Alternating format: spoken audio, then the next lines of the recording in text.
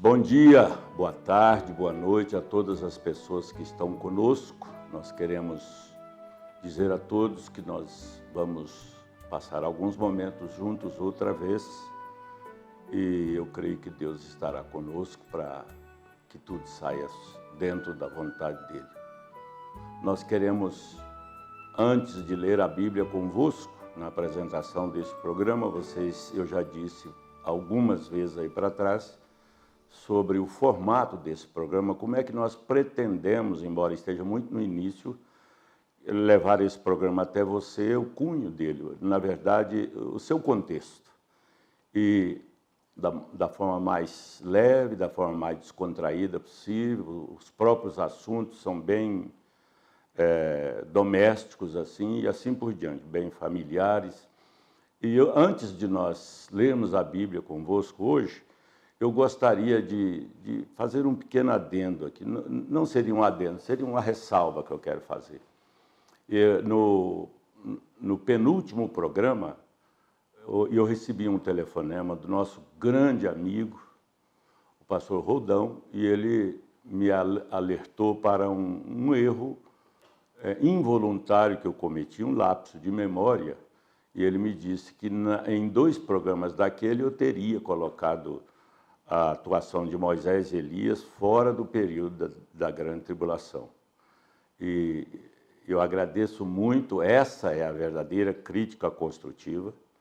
A crítica destrutiva seria usar isso para dizer que eu estava cometendo um erro voluntário, mas a construtiva é aquela que avisa, olha, não é verdade? Então eu quero deixar isso bem claro. Claro que eu sei que a atuação daqueles 2 homens, o ministério daqueles 2 homens, ele será operado dentro do período da grande tribulação, enquanto a noiva está nas bodas, da festa das bodas do Cordeiro. Bem, vamos fechar o parênteses, então, né, esse esclarecimento. Volto a agradecer o irmão Roldão e todos os irmãos que me amam o meu ministério, amam a minha própria pessoa, amam a minha igreja, têm total liberdade de me ajudar. Eu sou um homem que já lidei muitos anos com rádio, lidei um período curto com televisão, mas eu não sou o mesmo homem mais. Há pouco tempo eu disse isso para a minha igreja, e eu sou muito transparente com as pessoas que me ouvem. Há pouco tempo eu sofri um problema na cabeça, uma isquemia. E aquilo me causou uma deficiência de memória recente. Não propriamente cognitiva, porque eu entendo bem as coisas, mas se eu disser um nome, por exemplo, há 10 minutos atrás eu tenho dificuldade para repetir aquele nome, e no programa de sábado passado, eu troquei o nome de Josué por Moisés e de Ai por Jericó, e vocês vão me tolerando por aí, né? Porque eu já não sou mais menino, como o pastor Vanderlei Vilaça, que está ali, né? Então, nós vamos convidar as pessoas a lerem a Bíblia conosco, que hoje eu quero falar um pouco com vocês, pedir a Deus a presença do Espírito Santo conosco, para falar um pouco para vocês sobre como Deus nos olha e como o homem nos olha. Ou como os homens nos olham e como Deus nos olha. Pode ser trocado aí, embora não mude o objetivo do assunto. E eu quero tomar aqui uma escritura que respalda um pouco isso, né? É Salmo 33, no verso 18. Prestem bastante atenção, que coisa maravilhosa. Está escrito assim: eis que os olhos do Senhor estão sobre os que o temem, sobre os que esperam na sua misericórdia, para livrar a sua alma da morte e para conservar vivos, para conservá-los vivos na fome, na adversidade, nos momentos difíceis. Então, o nosso tema, repetindo, seria o olhar de Deus para nós e o olhar do mundo para nós. Esse nós aí, esse pronome, são todas aquelas pessoas que, na verdade, são cristãos verdadeiros. Aqui não vai entrar cristãos nominais, meio cristãos e coisa parecida, e nem propriamente os ímpios. Estas pessoas serão as que nos olharão. Embora pareça um choque assim, mas não é. O que eu quero dizer com isso? O que eu quero dizer é que, quando nós fomos chamados através da nossa eleição, e nós cremos na eleição, cremos na presciência, cremos na eleição, cremos na predestinação.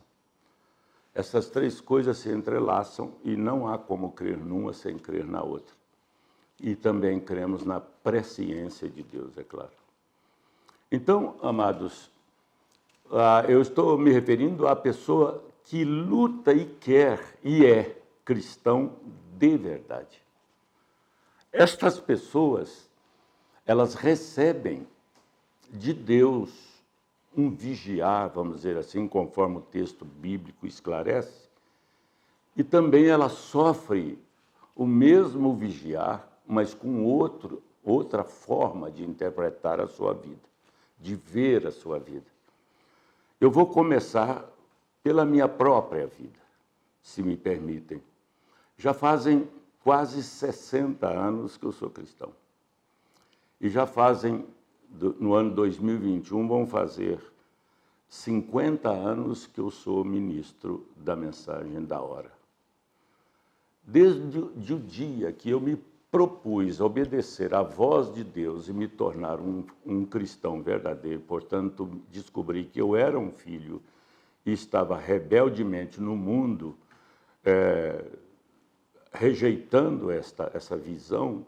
Quando Deus me deu essa visão, eu percebi que eu não era e não podia ser aquilo que eu estava vivendo. Eu estava adormecido, o profeta chama isso de amnésia espiritual. Eu não sabia que eu era filho de Deus. Mas a partir daquele dia, eu quis fazer a coisa tão bem feita que eu abandonei todos os lugares impróprios que eu frequentava. Eu cheguei a evitar, perto da minha casa, passar num bar de bilhar, porque eu era viciado nessa espécie de jogo aí, imundo. E a primeira coisa que eu fiz, já que a minha igreja era uma igreja um tanto quanto tradicional naquela época, eu comprei um terno preto, uma camisa rosa, uma gravata fininha e um sapato. Aquele era meu uniforme. Aquele era meu uniforme de cristão para ir para a igreja. Só ia engravatado e tal. Eu achava que eu estava dentro da maneira correta de ser. E, de certa forma, estava. Eu queria deixar para trás aquela aparência má que eu sempre tive. Não é verdade?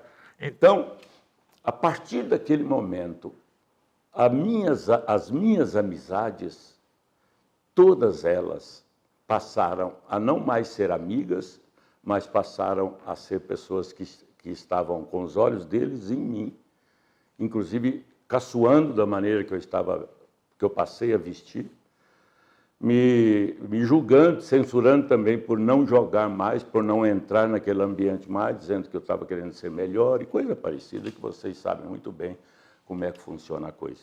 Mas o que eu quero dizer é que, a partir daquele momento, eles olharam para mim esperando que eu falhasse. É claramente isto. Não é um julgamento, é uma constatação. Os inimigos de Deus, ele olha para o verdadeiro cristão, esperando que ele cometa uma falha a qualquer momento. Mas, em contraproposta, Deus olha, a partir do momento que você descobre e é chamado como filho de Deus, ele olha para você com um olhar que eu acabei de ler. O homem, eu até anotei aqui, olha aqui, o olhar dos homens para você, durante toda a sua vida de cristão, esperando que você falhe e caia. Mas o olhar de Deus para você também é te guardando para que você nunca caia ou falhe. Viu que coisa mais própria para uma meditação? Agora, notem que eu disse o cristão verdadeiro.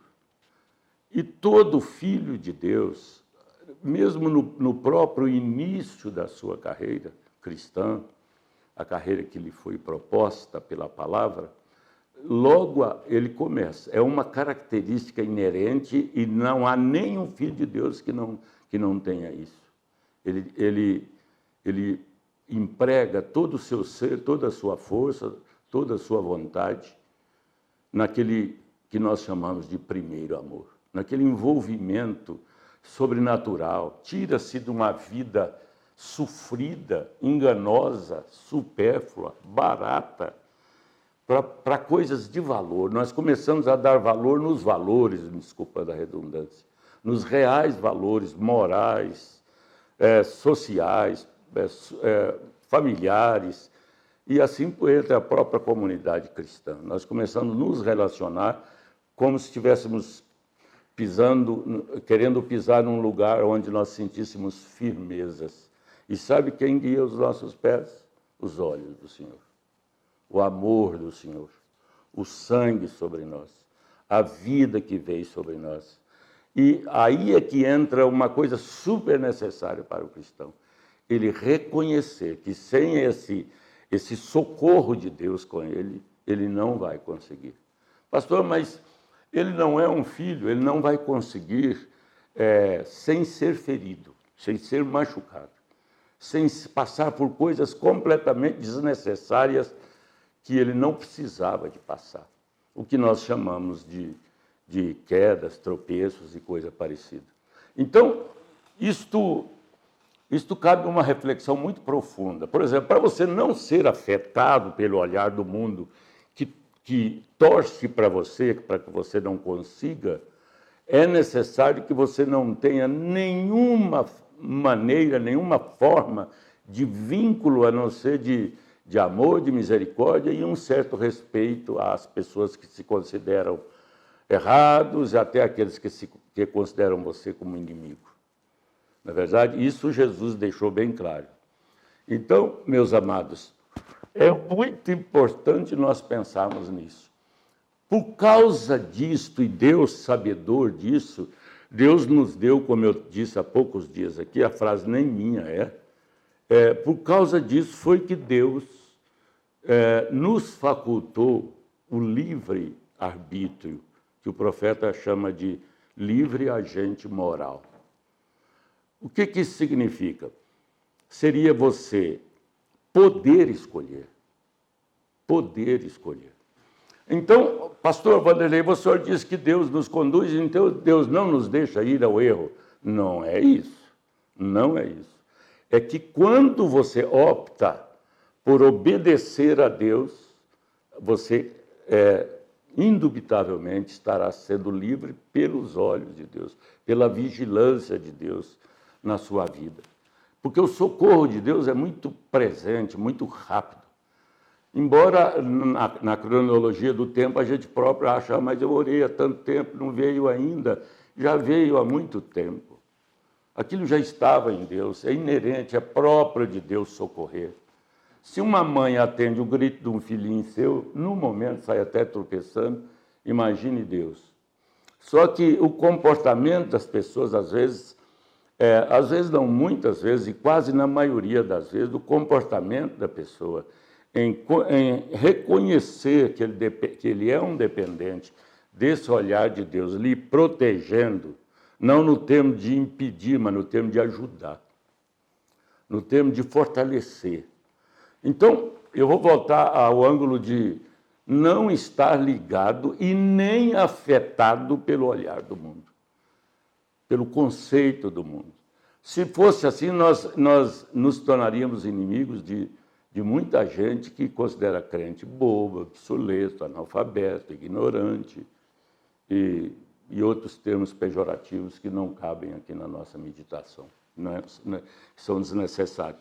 Então, essa faculdade de escolher ficar com Deus, eu quero inverter um pouco as coisas, como eu disse, a frase não é minha, eu ouvi essa frase de alguém, que o livre-arbítrio, na verdade, é você optar pelas coisas de Deus, é claro. Mas ele é também, num outro ângulo, você rejeitar a oferta do diabo. Você opta por não ouvir o diabo. Você opta por não se importar com os acontecimentos, que não devem ser importados, que não devem chamar a sua atenção, gastar o seu tempo, gastar a sua energia, te entristecer, causar feridas e coisa parecida. Por isso é que os cristãos são vencedores. Não porque eles são mais fortes. Não tem cristão mais forte, não. Tem cristão mais obediente. Tem cristão que se adequa à vontade de Deus, se alinha com a vontade de Deus, é a palavra mais certa. Então, veja, eu podia citar vários personagens bíblicos, irmãos, mas Jó seria a referência, uma das maiores para nós. Veja que Jó, qual foi o comportamento de Jó? Olha, perda é muito ruim nas nossas vidas. É muito difícil lidar com perdas, né? Ainda mais perdas graves, grandes perdas, como foi o caso de Jó.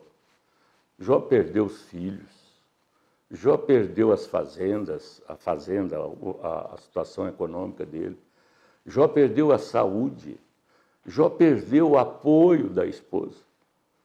Pense bem, essa escala de coisas. Mas veja como Jó se portou. O comportamento de Jó foi tão grande que quando houve aquela reunião de Deus com os anjos, Deus com seu séquito, e o diabo compareceu ali, Deus perguntou para o diabo, conforme a narrativa bíblica, perguntou para o diabo, se você tem acompanhado o meu servo Jó, Deus sabia que o diabo não tirava os olhos de Jó. O olhar de Jó para Jó era acusando ele das suas quedas, dos seus problemas. Ele acusou ele até de ser crente. Ele acusou ele até de ter bens. Né? O diabo teria que examinar como foi que Jó obteve aqueles bens, não que ele tinha bens. Nós somos muito, como que eu diria, falhos. Você às vezes vê uma pessoa com um carro melhor, com uma casa melhor, você já, será que jeito que ele conseguiu? É muito melhor pensar se aquele homem é trabalhador, aquele homem deve ter mérito, aquela mulher deve ter mérito, coisa parecida. Mas então, o que fez Deus? Ele falou assim, você tem olhado o meu servo Jó, observado o meu servo Jó? O diabo disse, eu tenho. Ele falou, você viu como é a conduta dele? Deus estava falando para Satanás, do jeito que você olha para ele, eu também estou olhando. Não me escapa nada do que Jó está fazendo. Então você vê o olhar do homem, do diabo, e você vê o olhar de Deus para eles. Veja bem, o olhar de Deus não impediu que Jó passasse por aquelas coisas, mas ele impediu que Jó descesse 1 centímetro do seu posicionamento em relação à sua vida com Deus. Isso é uma lição muito grande, isso é um grande mistério, ainda mais nesses dias, que a relação do homem com Deus, ela é quase, como disse o próprio Jesus, quando vier o Filho do Homem, ele encontrará alguém que creia em Deus? Ele encontrará alguém que obedeça a Deus? Né? E aí estão as pestes, as mortandades. Ah, pastor Wanderlei, isto sempre houve. É porque se você é evangélico, você nunca teve pastor, porque ele não te mostrou. Ele não te mostrou os eventos que vêm acontecendo, especialmente de 1913, 14 para cá, né? Dentro desse período aí. Né? As pestes, as pragas, as coisas todas que têm vindo. Esta é uma prova da desobediência dos homens. Eu gosto muito de citar, meus amados, 2 Timóteo, capítulo 3, se não me falha a memória, se é primeiro ou segundo, acho que segundo capítulo, que São Paulo escreveu a Timóteo. Ele diz assim, o Espírito Santo expressamente diz. Analise, o Espírito Santo, o Deus eterno que domina o mundo, que nada lhe escapa. Ele, em qualquer lugar que ele colocar os olhos, ele detecta o mal, o distanciamento do mundo. Nada escapa aos olhos de Deus, nada. O Espírito expressamente diz que nos últimos dias haverão homens amantes de si mesmos. Aí ele enumera, que eu não dou conta de enumerar de cor aqui, amantes de si mesmos, ingratos, desobedientes, profanos, desobedientes a pais e mães, avarentos, só corre atrás das coisas materiais e assim por diante. Mas então, vejam bem que coisa. Lidar com a perda é muito difícil, irmão. Nós precisamos aprender a lidar com a perda sem crer que Deus nos abandonou. Sem crer que Deus tirou o olhar dele de cima de nós. É impossível ser verdadeiro e Deus não está te vigiando. Pastor, mas isso não é quase uma pressão? Quase não, é pressão inteira. Eu nunca tive paz, Marley, nem em relação ao olhar de Deus e nem em relação ao olhar do mundo. Eu precisava andar, como eles dizem, pianinho, tanto com Deus quanto com o mundo. Com Deus porque era um desejo de agradá-lo. E com o mundo era para não causar um escândalo ou coisa parecida. Ainda tem uma outra pessoa ainda que e não seria um outro olhar, mas seria você próprio ser o maior juiz das suas ações, da sua conduta e assim por diante.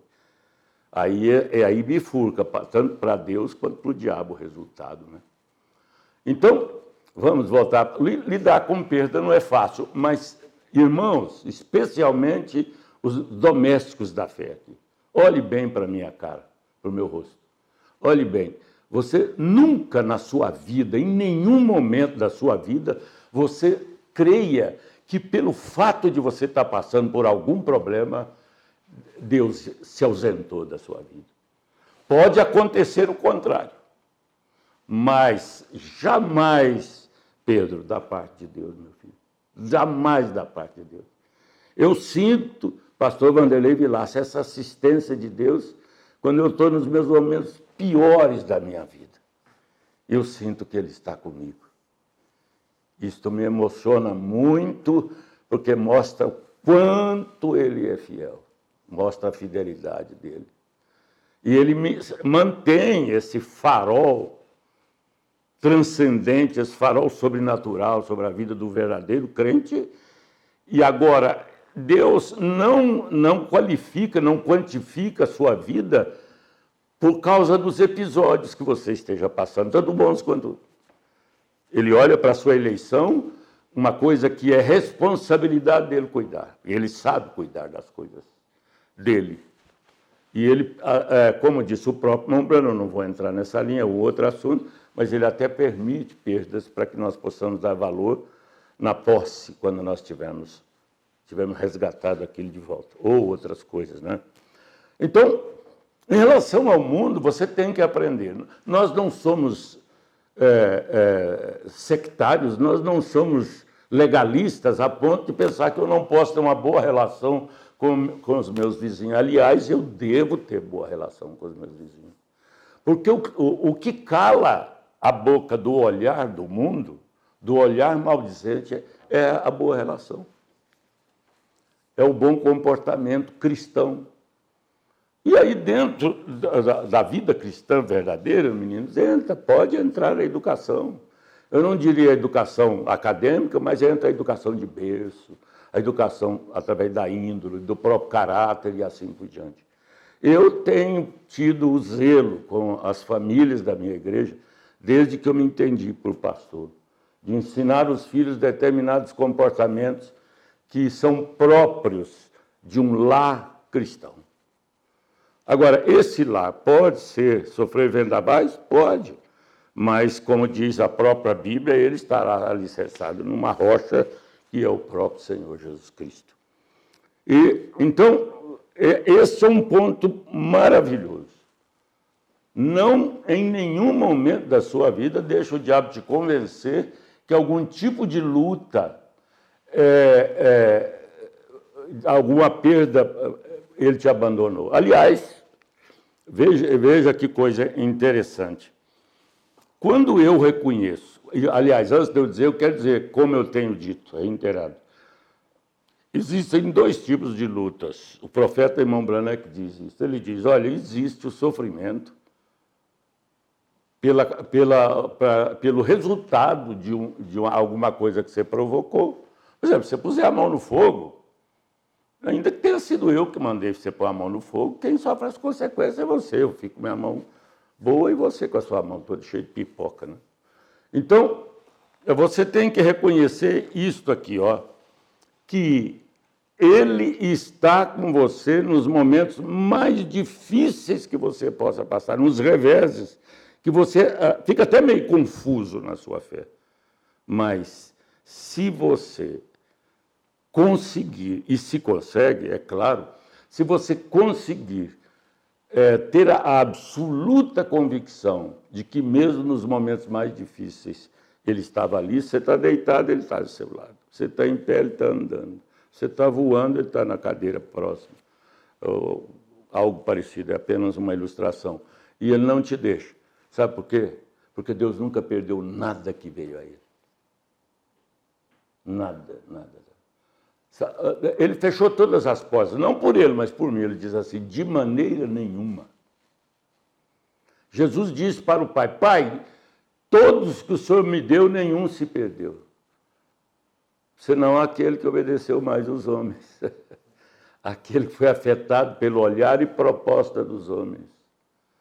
Eu fico maravilhado de poder transmitir para a igreja as minhas parcas experiências de cuidado, do zelo de Deus conosco mesmo. Então, eu quero voltar um pouquinho no livre-arbítrio aqui. Então, vamos, Igreja do Senhor, olha aqui. Ele não tem propriamente que ser encarado só em você escolher, mas também em você rejeitar. Rejeitar as propostas. Eu falo isso porque não tem vida melhor para você se espelhar, não existe, do que a vida do próprio Senhor Jesus Cristo. Não é verdade? Ele passou por tudo. Quando Satanás tentou a Jesus, você perceba uma coisa fina aqui. O diabo não tentou Jesus no ambiente onde Jesus estava. Ele sempre transportou Jesus para um lugar. Convidou Jesus a ir àquele lugar. Você diz, Jesus obedeceu o diabo? Não. Jesus está nos mostrando que em qualquer lugar que o diabo tentar te pegar, em qualquer região,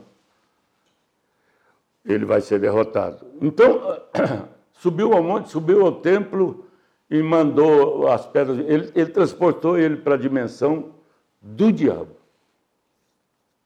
Ele tirou Jesus do seu teto para ver se lá ele conseguiria derrubar Jesus. E não conseguiu. Mas por quê? Porque Jesus ficou exatamente com a maneira que Deus sempre olhou para ele. Jesus não derrotou o diabo com poder, com dons, com carisma, não. Jesus derrotou o diabo, e como eu derrotaria aqui, ó, ou qualquer um de nós aqui no estúdio, usando a palavra. E a palavra, irmãos, é a única forma de detectar o olhar de Deus para nós. Se é de reprovação, porque Deus reprova, se é de reprovação ou é de aceitação. Mas o senhor não acabou de falar que ele vigia? Não, olha aqui. O olhar de reprovação é por ter saído do caminho. É por dizer, não saia da fila. Se sair, volte para a fila. Não, mas Deus não vai me aceitar mais na fila. Aceita sim, senhores. Ele só não aceita quem não saiu dele. Ele não vai ficar faltoso, ou não vai estar lá com uma deficiência física, um aleijume, sei lá o que você possa pensar. Deus, sem nós, é incompleto. Quando Deus criou, eu estou divagando um pouco, mas enriquecendo o nosso pensamento com pontos. Quando Deus criou o homem, é difícil você encarar isso, né? Deus olhar para uma obra sua e ver que não era boa. Né? Ele criou o homem, depois viu que não era bom que o homem ficasse só. Estava faltando a mulher. Por quê? Porque Adão seria incompleto. Por que o homem pode se casar? Por causa do tipo. Quando Deus quis que Adão tivesse uma esposa e fez a esposa. Nós temos que compreender a Deus presciente, mas nós temos que pegar o homem e encaixar esse homem no que Deus é. Aliás, esse é um dos propósitos da redenção. Né? Quando o homem sem Jesus, ele não tem vida eterna. E vida eterna é um fator que sem ela o homem estará completamente perdido. Então, meus amados, eu quero que vocês me falem o horário, porque eu esqueci de apertar aqui. Quantos minutos nós temos? 30 minutos. Então, vamos aqui, só mais um pouquinho, porque tem programa nosso que nós vamos gastar só isso mesmo. O livre-arbítrio e o olhar de Deus para as nossas vidas. Agora, veja bem, eu quero colocar uma coisa aqui, que eu vou ligar isso mais no final um pouquinho, não quero ir mais do que uns 10 minutos. Mas o profeta Irmão Branham, na mensagem, não sei, eu creio que é nessa aqui mesmo, deixa eu ver se é aqui. Eu creio que sim. Ou é no quinto selo ou selo de Cristo que ele fala. Ele diz, em outra mensagem, ele diz que quando a Babilônia surgiu, o neto de Caim, que era Nimrod, se não me falha a memória, a Bíblia diz que ele começou a construir uma torre. O profeta revelador dos mistérios hoje, ele esclarece esse ponto. Ele diz, olha, vocês acham que o homem, mais ou menos assim, em outras palavras, vocês acham que os homens eram tão bobos assim, tão sem inteligência, que eles iriam construir uma torre de alvenaria para atingir o céu? Não. A tecnologia de lá era altíssima, altíssima. E aquela torre era, na verdade, um laboratório científico. Eu quero parar isso aqui para que alguém diga assim, nossa, mas não é possível. Então, eu vou jogar um pouquinho aqui para os nossos dias. Nós temos um físico, inventor, cientista aí, eslovaco, que nós temos falado no nome dele há pouco tempo. Todo mundo fala no Einstein, isso, aquilo. Pouca gente fala no Nikola Tesla. O Nikola Tesla era um homem cientista tão avançado, mas tão avançado, que ele tinha projeto de cidades há mais de 300 anos depois dele. Eletricidade causada em casa, nos lares, para que o povo não pagasse eletricidade. Carros, veículos, não carro propriamente, mas veículos que não precisavam de estar transitando no solo.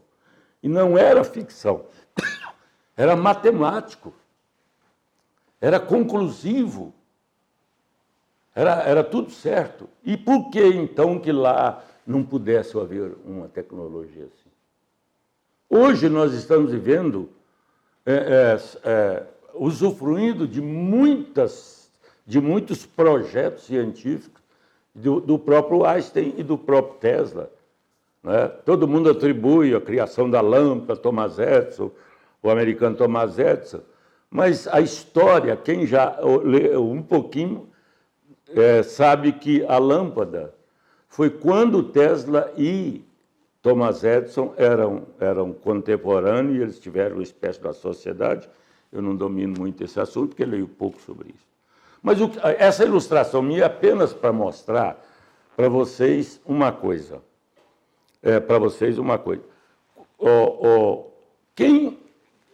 Quem é que dirigia Nimrod? Que nós vamos chamar aqui o olhar dos homens, o olhar do diabo para Nimrod.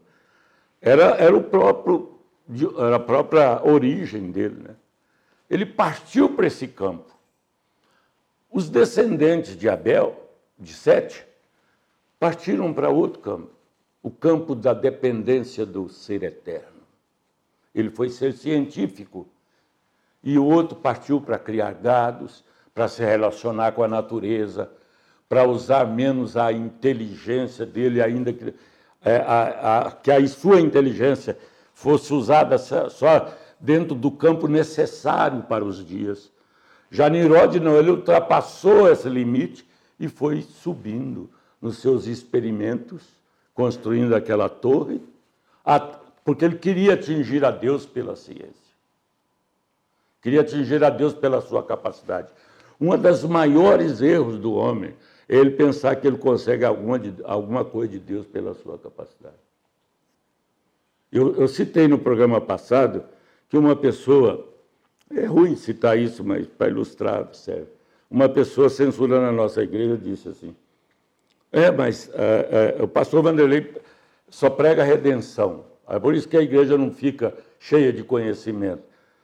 Eu falei, gente, redenção, se algum pregador ele subir na Bíblia, na plataforma, e prega qualquer texto que ele quiser, se não houver o ingrediente redenção, ele está pregando um evangelho tão falso quanto possa ser. Aí eu disse, tomara que quando eu for acertar com Deus, todo pecado que eu devo, seja pregar sobre redenção. Mas vamos voltar para o nosso assunto aqui. Então, aquela era conduta, era como o mundo se conduzia. Não cabe perfeitamente no sentido individual aqui você ter isso. Agora eu quero mostrar outra coisa nisso. Então, vejam bem, eles queriam atingir a Deus por esse poderio científico. Os filhos de Deus foram para outro lugar. Porque os olhos de Deus te conduzem para a opção certa, para a escolha certa. Eu não consigo extrair um texto aqui que mostrasse. Não é uma arbitrariedade, vamos dizer assim. É uma direção que a pessoa tem de servir a Deus. Os olhos de Deus lhe conduzem. Os olhos de Deus andam com você. Nós podemos, meninos, coisas, eu digo meninos porque a minha equipe aqui, nós podemos encaixar isso, Pedro, até quando vocês forem casar. Vocês fiquem sabendo, se você quiser, Deus te deixa você casar com uma cobra. Não é verdade? Porque ele respeita o livre-arbítrio. Mas se você usar esse livre-arbítrio e olhar na pretendida com o olhar de Deus, você vai indubitavelmente descobrir que ela é uma pessoa imprópria e vice-versa, homem e mulher. Se Nimrod tivesse linhagem, tivesse semente de Deus, ele ia saber, bastava ele olhar para os seus antepassados. O seu próprio avô tentou se comunicar com Deus através da adoração. A oferta dele é que foi errada. Mas a adoração era certa, seria certa, né? Adorar é uma coisa certa. Mas ele desviou-se do que Deus houvera estabelecido lá da morte do Cordeiro. Então, vamos voltar para esse evento científico aqui. Naquela época, como que Deus mostrou para aquela raça que eles estavam do lado errado? Como que Deus mostrou? Eles tinham uma só língua. A maneira de Deus fazer isso foi botar um contra o outro. Olha, irmãos, na igreja especialmente, quando você vira um irmão contra o outro, tem alguma coisa errada aí. A maneira que aquela geração virou o que virou, e a Babilônia hoje existe em termos espirituais, porque é advinda de lá. Deus tirou a língua única, Deus tirou a unicidade, Deus tirou a irmandade deles, permitiu pelo menos, e cada um deles começou a falar uma língua. E por causa desse distúrbio foi chamado Babilônia. Agora veja, bem cá, alguns anos, porque Deus tem seu itinerário, seu percurso, sua data, seu tempo. O que Deus fez com os seus obedientes, com os seus pastores, com os seus criadores de gado? No Pentecostes, eles tinham várias línguas. No Pentecostes, cada um falava a língua. O que Deus fez? Unificou a língua. Provando que um grupo de pessoas estão sob o olhar de Deus para a aprovação, para o cuidado, para o amor, para o livramento, para a salvação, para a redenção. Nós temos que vazar este véu, gente. Os pastores têm que conseguir fazer a igreja vencer isso aí. Haverá muito menos problemas, embora nós não estejamos aqui para correr de problemas, nós estamos aqui para enfrentar, mas com Deus do nosso lado. Então, o que aconteceu? Aquelas 7 nações que estavam lá, Capadócia, sei lá, as outras nações todas, cada uma delas ouviu os discípulos falarem língua estranha e eles entenderam todos a mesmíssima coisa. Um não escutou o outro falando, não, Jesus chama Joshua. O outro não, é Yeshua. Eles não ouviram, eles ouviram o nome de Jesus. Todos eles entenderam na língua de Deus, na língua dos anjos. Ainda que eu fale a língua dos anjos, é a língua da igreja, é a língua da revelação, é a língua dos selos, é a língua dos 7 trovões, é a língua do mensageiro desta era, é a língua que o céu falará. Se você me perguntar, pastor, qual língua vai falar lá no céu? Eu falo, a língua do céu. Não será português, isso eu garanto, e nem inglês, nem alemão, nem isso. Vai falar a língua do céu, a língua da obediência, a língua do amor, a língua da unidade, a língua da volta, do regresso, da redenção, da restituição. A língua plena, a língua da paz plena. Amém? Pai Celestial, agradecemos ao Senhor essa pequena meditação, que o Senhor possa nos ajudar, Pai, ter essa convicção que os olhos do Senhor nos vigiam. Os olhos do Senhor nos olham, mas não para nos condenar, talvez até para nos levantar, ou para não nos deixar cair. Não são como os nossos inimigos, que basta ver uma pequena falha, aquilo já será usado contra nós. O diabo é sempre assim, Senhor. Meu Deus, que a nossa igreja, especialmente, Senhor, não que eu não tenha amor pelas pessoas que nos ouvem, nós já aprendemos a amar a nossa audiência, mesmo não estando aqui congregando na nossa igreja. Nós temos orado por eles. Nós temos considerado, ó Pai, estas pessoas como nossos irmãos. Por isso nós te rogamos que o Senhor cure as pessoas que neste momento possam estar passando por algum problema, e a cura virá quando ela entender que Deus está com ela, que Deus está ali. Se ela estiver deitada, está deitada na cama com ela, sentado com ela, e assim por diante. Cuida da saúde deles, das crianças, especialmente agora, meu Deus, dos idosos, que estão sofrendo o rigor desse momento, Pai. E que cada um, estressado no natural ali, mas possa vir sobre eles a paz de que estão guardados por Deus. Glorifica o nome de Jesus Cristo nas nossas vidas, ó Pai. Nós o louvamos, o exaltamos e cremos que Ele é o nosso Salvador. Em nome de Jesus Cristo. Amém. Deus abençoe, amados. Deus abençoe a todos. E sábado que vem nós estaremos convosco neste mesmo horário. Eu quero dizer, estava conversando com o Pedro aqui, que é, de certa forma, nosso diretor aqui. Estava conversando com ele que esse horário deve ser experimental, né, Pedro? Para ver o resultado que causa, se é um bom horário para as pessoas, porque nós não estamos aqui tentando achar um meio bom para nós, embora possa até se adequar ao nosso horário mais apropriado, mas especialmente pelas pessoas. Se as pessoas quiserem se manifestar dizendo, pastor, podia ser tal horário, não quer dizer que a gente vai obedecer um ou outro, mas quem sabe, né, Pedro?